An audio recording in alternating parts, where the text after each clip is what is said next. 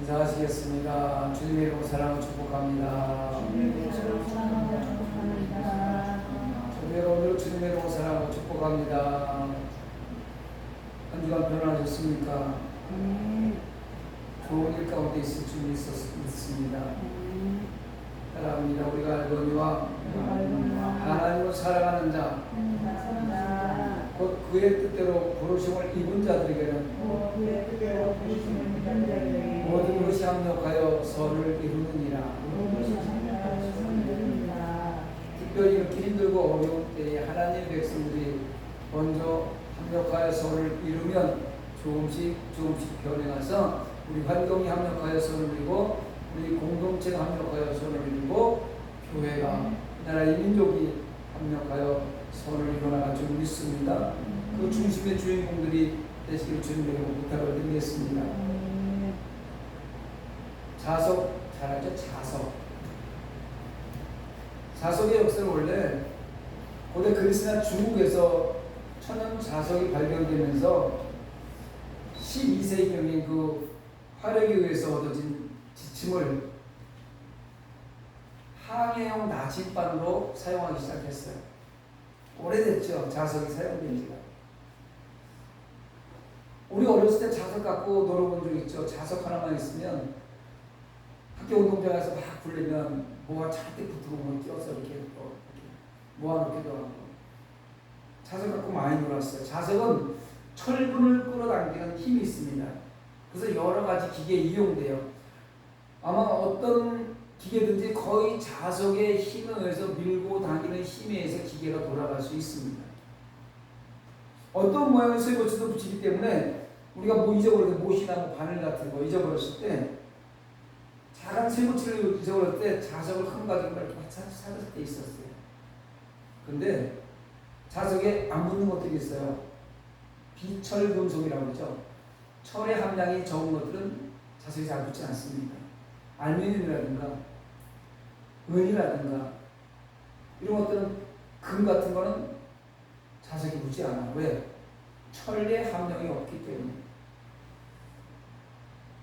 비철금속 그 성질의 용도에 따라서 분류하는데 금, 은, 백금, 귀금속 그것들을 우리는 비금속이라고 얘기하잖아요. 비중이 5% 이하인 것은 경금속, 그보다 무거워서 중금속 이렇게 얘기하는 거예요.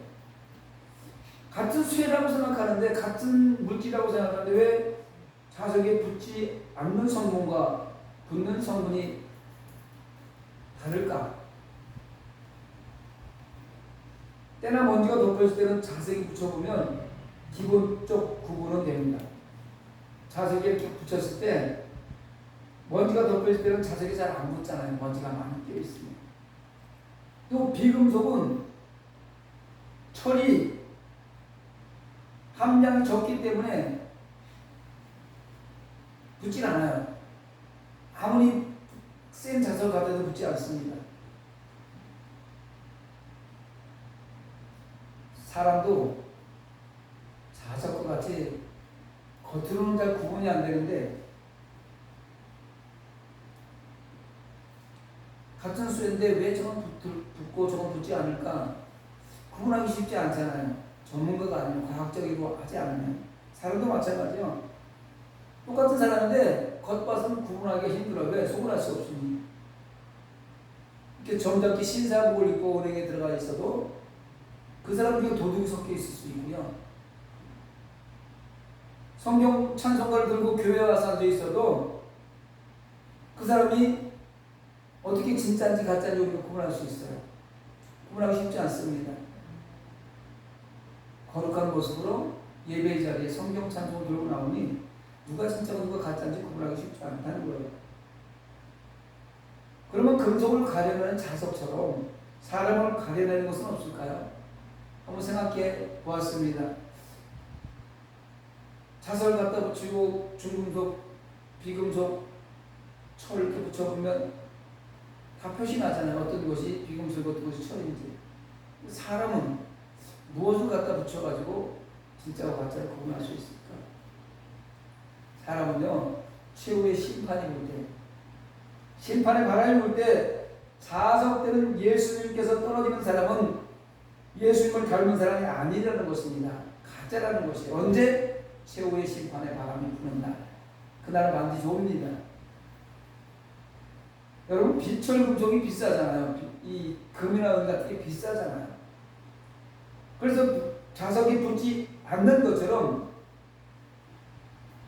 지위가 높고 대우받는 사람, 권력이 높고 어떤 권력을 행사하는 그런 사람이라 할지라도 예수께 붙어있지 못하고 떨어질 때는 꺼지지 않는 영원한 유황불 속에 들어간다는 사실을 잊지 마시기 바랍니다.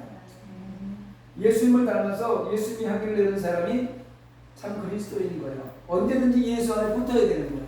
할렐루야. 예수님이 우리 주위에 지나가면, 말씀이 우리 위에 지나가면 오라 나는 공부가 되다 회개하면서 예수님 안에 붙어있는 사람은 천국 백성이 될 수 있다는 겁니다. 여러분의 심령은 성령께로 강하게 이끌림 받고 계십니까? 성령님은 자석처럼 우리를 끌어 잡아당기고 있습니다. 그렇다면 우리가 삶 가운데 그 성령님의 자석이 이끌림을, 자석의 철이 이끌림을 받는 것처럼 성령님의 그 음성이나 성령님의 그 느낌으로 우리가 이끌림을 받아서 예배의 자리로, 기도의 자리로, 또 나눔의 자리로, 섬김의 자리로 끌려가야 되는 것입니다. 아니면 반대로 세상이 귀하게 여기는 아주 귀금속, 좋은 물건, 좋은 것들이 끌고 있습니까? 마태복음 4장 6절을 보니까 그때 예수께서 성령에 이끌려 마귀에게 시험을 받으러 광야를 가사, 할렐루야. 예수님도 성령에 이끌림 받아 광야를 가셨다고 했습니다. 우리는 세상의 만몬에 이끌려 세상으로 나갈 것이 아니라 성령님의 그 세미한 음성에 이끌림 받아서 이렇게 힘들고 어려울 때일수록 기도하며 예배하며 전도하며 선교하며 구제하며 나아가야 될 줄 믿습니다. 로마서 5장 1절로 11절을 본문으로 해서 성숙한 성도의 삶이라는 제목으로 오늘의 말씀을 나누려고 합니다. 오늘은 맥주 감사 주일입니다. 유대인의 절기는 세 개 절기가 있습니다. 유월절과 유월절을 무교절이라고 하죠. 77절, 오순절이나 또는 맥주절이라고도 합니다. 그 다음에 초막절. 유대인은 유월절, 77절, 초막절 이렇게 3대 주일을 지금도 지키고 있어요. 중요한 절기, 꼭 지키는 절기죠. 우리 기독교에서는요, 어떤 교회들마다 약간 틀릴 수 있어도 기본적으로 지키는 절기가 4대 절기가 있습니다. 부활절을 지키고 그 다음에 맥주주일을, 감사주일을 지키고 그 다음에 추수감사주일을 지키고 성탄절을 지킵니다. 이 4대 절기를 거의 기독교, 우리나라 기독교 다 지키는 절기예요. 맥주감사주일은 7월 첫째 주일로 항상 드려지는 이유가 우리나라 보리추수가 이때 다 끝나는 거예요. 6월달에 보리추수 다 끝나요. 그래서 보리추수를 마치고 첫 번째 주일날 지키는 것은 맥주감사절. 맥주감사절을 맞이해서 우리는 추수하는 알곡처럼 성숙한 성도가 되어야 될 줄 믿습니다. 우리가 오늘 하나님께서 하나님의 백성들을 추수한다고 생각했을 때 성숙한 성도의 삶을 살아내서 하나님 앞에 추수되는, 하나님 앞에 이끌림 받는 그런 사람들이 될 줄 믿습니다. 따라합니다. 성숙한 성도의 삶. 성도가 된다는 것은 어떤 특별한 능력을 행사하고 초인적인 사람이 되는 것이 아닙니다. 많은 사람들이 성도가 되고 교회에 다니면 대단한 것을 봐야 되고 대단한 능력이 나타나야 되고 미래를 예견해야 되고 막 이렇게 생각하는 사람인데 그런 게 아니에요. 성도를 하나님께 바르게 예배하는 예배자가 되는 것이 성도입니다. 예수를 표방하거나 예수를 분장하는 사람이 아니라 나 자신이 작은 예수가 되어서 내게 맡겨진 십자가를 지고 주님의 길을 따르는 그 묵묵히 따라가는 그 사람이 성도라는 거예요. 특별하게 생각할 거 아닙니다. 성도가 되는 것은 교회에 추수에 등록했다고 되는 것이 아니고 세례를 받았거나 성령을 체험했다고 되는 것도 아니라는 것입니다. 성도는 예수 안에서 지속적으로 성장해야 되기 때문에 계속 깨닫고 계속 회개하고 계속 은혜 받고 계속 다짐하고 계속 노력해야 합니다. 기노스콘이라는 얘기했죠. 기노스콘. 부르심을 받은 자, 하나님께 부르심을 받은 자, 계속해서 성장해 나가는 과정을 얘기하는 거잖아요. 오늘 본문 말씀을 통해서 성숙한 성도가 되기 위해서 갖춰야 할 덕목, 그 원칙을 살펴보면서 함께 은혜의 시간을 나눠보도록 하겠습니다. 첫째, 성숙한 성도는 화평을 누리며 살아야 합니다. 따라합니다. 성숙한 성도는 화평을 누리며 살아야 한다. 마태복음 5장 23절 24절에 예수께서 말씀하시기를 그러므로 예물을 제단에 드리려다가 거기서 내 형제에게 원망들을 말하는 일이 생각나거든 예물을 제단 앞에 두고 먼저 가서 형제와 화목하고 그 위에 와서 예물을 드리라 이렇게 말씀하고 있습니다. 교회 와서 예배를 드리고 이런 맥주 감사주의 헌금을 가지고 와서 예배를 드린다 할지라도 예물을 갖다 놓고 가만히 생각해 봤을 때 내가 아직도 내 형제 공동체의 어떤 믿음의 형제들을 미워하고 시기하고 질투하는 사람이 생각나면 예물을 드리지 말고 그냥 가서 먼저 화해하고 와서 예물을 드려라. 다시 말하면 화해하지 않고 미워하고 시기하고 질투하며 드리는 예물 하나님께서 받지 않으시겠다 이 말씀인 거 아니겠습니까? 그런데 오늘날 많은 사람들이 형제를 미워하고 특히 핵가족 시대에 서로도 많이 가려고 가족끼리도 화목하지 못하고 이런 삶을 살면서도 주일 되면 성경책 옆에 끼고 예배 잘 드리고 아무 일 없었던 듯이 목사님, 장로님, 성도님, 집사님, 권사님 할렐루야 놀렐루야 이렇게 표정 관리를 하고 다니죠. 어떻게 보면 가식적이죠. 위선적이죠. 집안에서 한바탕 붓고 나와서 교회를 가니 안 가니 때려부시고 나고 상단 뒤집어 엎고 나와서 교회 딱 문 앞에 나오면 얼굴에는 그냥 살짝 미소를 짓고 할렐루야 반갑습니다 한 주간 잘 지내셨죠? 이런 일 있었습니까? 저도 있었어요. 저도 있었습니다. 사실은 하나님께서 우리에게 요구하는 생활은 하나님과 화목하고 할렐루야 사랑과 화목하는 것이지 또 미워하지 말고 사랑하라고 말씀하시는 것이 하나님의 계명이고 하나님께서 우리에게 요구하시는 거 아닙니다. 그런데 성도가 형제가 믿음의 공동체에서 서로 화평을 누리지 못하는 이유는 그 이유를 상대에게 전가하기 때문이에요. 모든 환경을 돌아보면 쟤 때문에 그런 것 같아. 모든 환경을 돌아보면 저 사람 문제 때문에 그럴 것 같아요. 나는 아무렇지도 않은 것 같아요. 거의 대부분의 많은 사람들이 다툼의 중심에 있는 사람들이 주로 많이 쓰는 사람, 이 많이 쓰는 사람 언어를 들어보면 상대에게 죄를 전가하는 거예요. 나는 가만히 있었다는 거예요. 미쳤나? 가만히 있는 사람은 왜 시비를 거냐고. 눈을 헐켜보거나 뭐 그래도 표정이라도 잘못했겠지. 왜 가만히 있는 사람을 누가 건드리겠냐고. 그런데 모든 사람들이 그래요. 나는 가만히 있었대. 나는 아무 말도 안 했대요.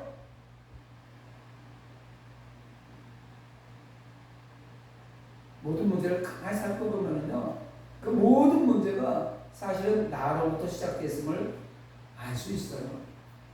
깨달아야 됩니다. 부부간에 가정부가 일어나서 막 와서 상담하는 사람들 있잖아요. 우리 신랑이 어쩌고 또 남편이 와서 우리 부인이 어쩌고 막 이런 사람들 보면 본인은 노력했다는 거예요. 가정의 평화를 위해서. 애들을 봐서 지금까지 참아왔고 애들 때문에 노력했다는 거예요. 근데 저 남편 때문에 저 아내 때문에 우리는 평화를 얻지 못하다고 이야기합니다. 깊이 살펴보면요, 모든 문제의 주범은 본인에게 있는 거예요. 자기 자신의 있음을 발견해야 되는데 모든 문제가 자기 자신의 있음을 발견하지 못하고 상대를 원망하면서 본인의 잘못을 인정하지 않는다는 것이 문제라는 거예요. 그런 문제를 다 안고 있으니까. 조금 전에 우리 찬양할 때 손뼉 치면서 할 때 뭐 했어요? 손뼉 쳤죠. 손뼉을 마주쳐야 손뼉이 나죠. 이렇게 치면 손뼉이 나요? 하나 가지고 손뼉 소리가 납니까? 안 납니다. 손뼉도 마주쳐야 소리가 난다는 그 속담처럼 상대를 원망하고 상대에게 죄를 전가하기보다는 둘이 똑같으니까요. 우리 애들 막 싸울 때 이러잖아요. 형이 오빠가 막 이러면 둘이 똑같으니까 싸우지 이러면서 얘기해야 해요. 말은 그렇지 않으니까. 근데 나한테 그 입장이 생기면 나는 잘못이 없다니까 상대편한테 문제가 있는 거예요. 이것은 마치 자석의 원리와 마찬가지입니다. 자석은요 같은 극기로 서로 밀어내죠. 우리 어렸을 때 발굽 자석이라는 거 있잖아요. 그리고 S극과 N극이 있잖아요. 일부러 같은 N극을 N극에도 막 대면서 앉았다가 힘으로 해도 서로 밀어내고 우리가 큰 말발굽 자석은요 애들이 붙일 수가 없어요. 가까이 달려가서 힘이 밀어내기 때문에 같은 극은 서로 밀어내요. 근데 서로 다른 극은 서로 잡아당기면서 갖다 이만 갖다 대도 착 달라붙잖아요.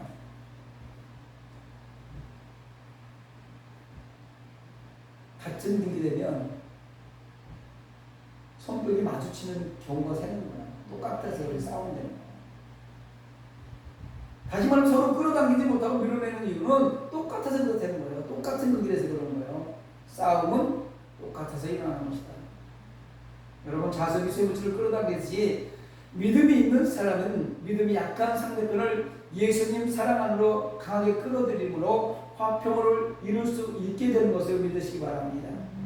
내가 좀 더 오래 믿고 내가 직분을 가지고 있고 그래도 예수님 안에서 더 오랫동안 생활했다고 하는 그런 사람이 이제 들어와서 얼마 안 된 사람들이 잘 모르니까 문제를 좀 일으킬 수 있고 또 불평할 수 있고 이랬을 때 그들을 예수님만으로 끌어들이게 만드는 그것이 화평을 이룰 수 있는 원동력이 되는 거예요.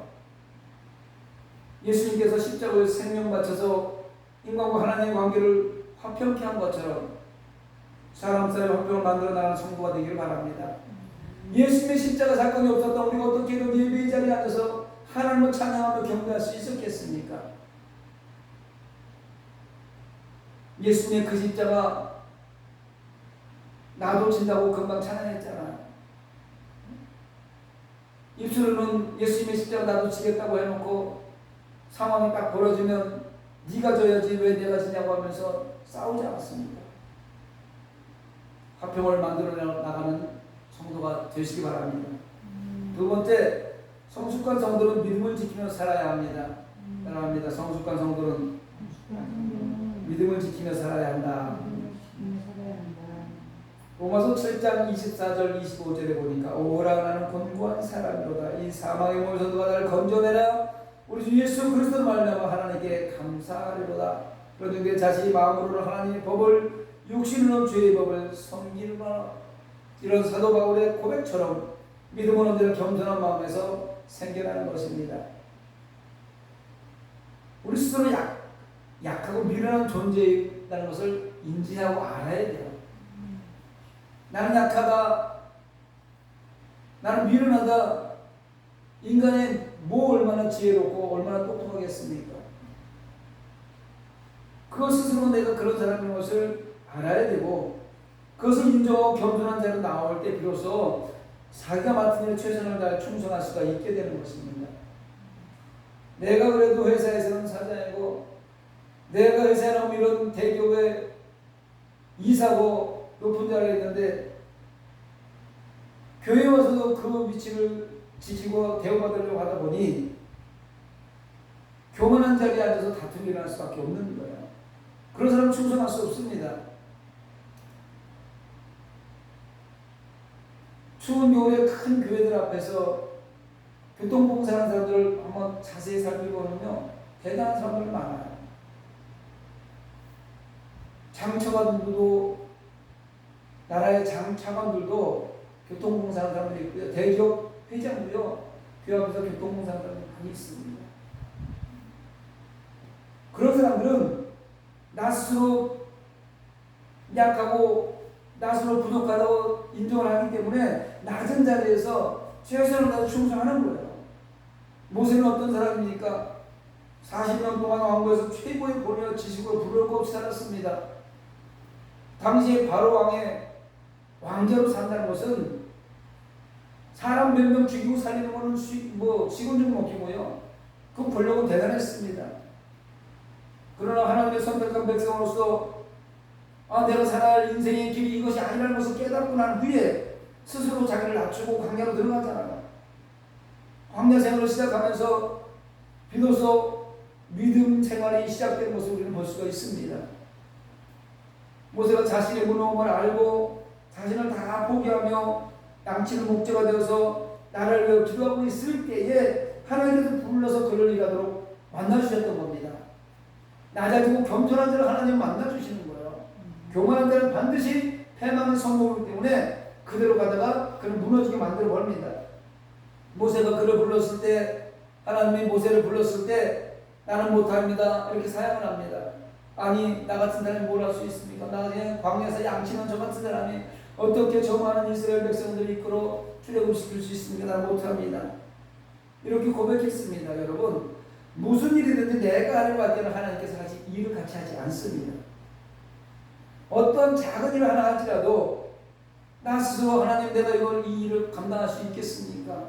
부족합니다. 나는 아무것도 아닙니다라고 고백할 때에 하나님 그와 함께 해주신 것을 믿으시기 바랍니다. 모세가 난 못해요, 난 할 수 없어요 이라고 고백할 때 하나님께서 뭐라고 그랬어요? 내가 할 거니까 너는 그냥 순종만 해. 나는 못해요, 나는 부족해요, 미련하고 우둔해요. 그런 하나님 말씀 사모합니다. 이랬을 때 하나님께 능력 주시고 권세를 주시고 일할 수 있는 힘을 주시고 용기를 줄 줄 믿습니다. 믿음으로 백세에 얻은 독자 이삭을 제물로 바쳤던 아브라함처럼 주님의 뜻을 따라서 믿음으로 살아가는 성숙한 성도들 되기 바랍니다. 백세에 얻은 아들 이삭을 믿음으로 드리는 그 아브라함의 믿음, 얼마나 쉽지 않은 일입니까? 우리가 가지고 있는 작은 것 하나라도 믿음의 공동체, 교회에 필요해서 드리려고 하면 이리 재고 저리 재고 얼마나 재고 있습니까? 더군다나 지금은 지식적으로 많은 사람들이 배웠다고 하면서 자기 이익 판단을, 사례 판단을 자기 유익에 맞게끔 많이 하잖아요. 요즘에 성경 건축한다고 반지 내놔라, 집문서 가자 그러면 교회 문 닫습니다. 옛날에 저희 신앙생활 젊었을 때는요, 교회 건축한다 그러면 누가 먼저 할 거 없이 교회에 집에 있는 금붙이 다 갖다 하나님 나라에 맞췄고요. 하다못해 이제 마지막 장금을 치러야 되는데 공사가 제대로 진행을 못하고 장금을 못 치고 있으면 집문서 갖다 은행에 맡겨가지고 대출 받아서 교회를 지었지 않습니까? 지금 이런 말 하면요, 미쳤다고 그래요. 미쳤다고 합니다. 그런데 하나님은 그때 그 믿음을 보시고 대한민국을 살기 좋은 나라, 행복한 나라, 부강한 나라를 만들어 주신 걸 믿으시기 바랍니다. 이런 믿음이 우리가 다시 한번 회복되어야 돼요. 이런 믿음을 회복되는 성숙한 성도가 되어야 됩니다. 그대로 성숙한 성도는 기쁨을 유지하며 살아야 합니다. 따라합니다. 성숙한 성도는 기뻐하며 살아야 된다. 여러분 집에 가서 빌립보서를 한번 읽어보시기 바랍니다. 빌립보서는 4장밖에 안 돼요. 4장밖에 없습니다. 근데 그곳에 기뻐하라는 말이 18번 등장합니다. 바울은 왕궁 잔치자리에 쳐다보는 것이 아니에요. 이거 기뻐하라고 쓰는 이 빌립보서를 쓸 때 옥중에 있을 때예요. 이 옥중 소식이 빌립보서 아닙니까? 이 빌립보서를 쓸 때 옥에 갇혀 있을 때 기뻐하라고 18번이나 기록하고 있었다는 거예요. 뭘 기뻐하고 있을까요? 옥중에 갇혀 있는데 뭘 그렇게 기뻐할 일이 있을까요? 성숙한 믿음의 소유자 사도 바울, 그 마음속에는 남이 알 수 없는 즐거움이 있었는데 그 내용을 한번 살펴보겠습니다. 사도 바울은 먼저 구원받은 즐거움이 있었다는 사실을 알 수 있습니다. 나는 구원받은 사람이다, 확신하는 그런 믿음이 있었다는 거예요. 구원이란 죽은 자를 살아난 자로 건져를 받는 게 구원 아닙니까? 영원한 지옥 백성이, 영원한 지옥 갈 수밖에 없는 백성이 십자가 공로로 말미암아서 예수 안에서 예수 안의 삶을 살아가면 영원한 천국 백성으로 살아나는 자리, 죽은 사람이 살아나는 역사가 일어나는 게 구원이거든요. 사실은 선악과 사건으로 말미암아 마귀의 소유를 했던 저주의 자녀들이 예수 그리스도의 십자가 공로로 말미암아 하나님의 자녀인 축복자로 옮겨졌기 때문에 어느 곳에 있으나 즐거울 뿐이라는 거예요. 사도 바울도 고백하는 게 그거예요. 나는 어느 곳에 있든지 고백하는 거예요. 그곳이 어디든지, 옥중에서도 사망의 음침한 골짜기에서도 기뻐한다는 것입니다.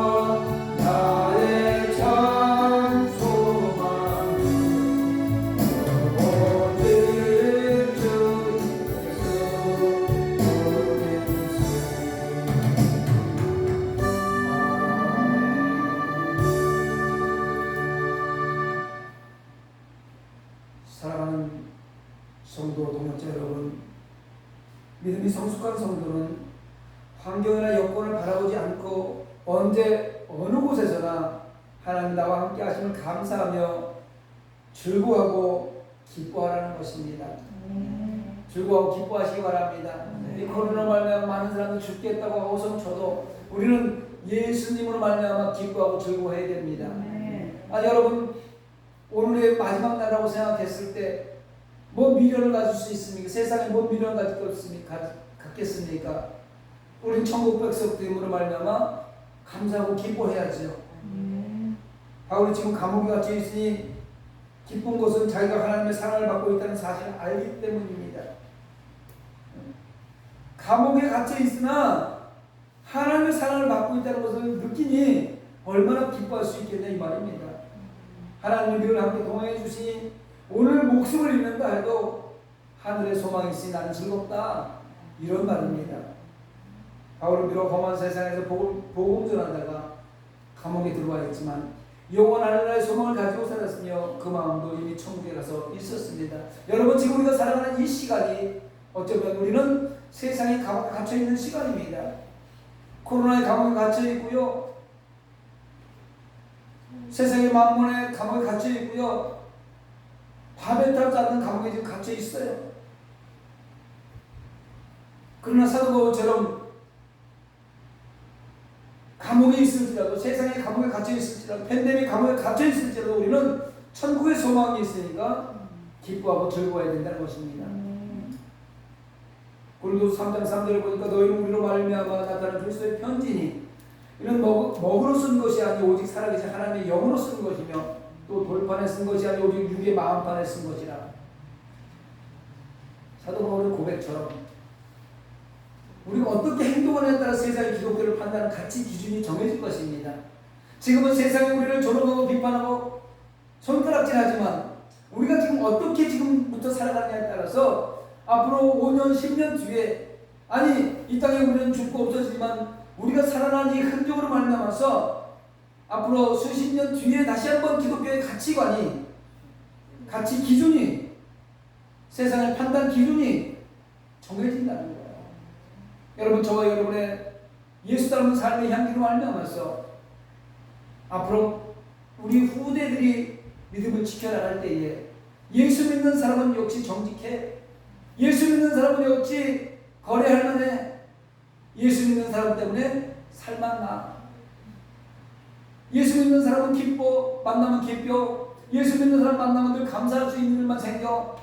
나는 예수 믿는 사람들하고 같이 살 거야. 그래서 교회 나갈 거야. 이런 환경이 만들어질 줄 믿습니다.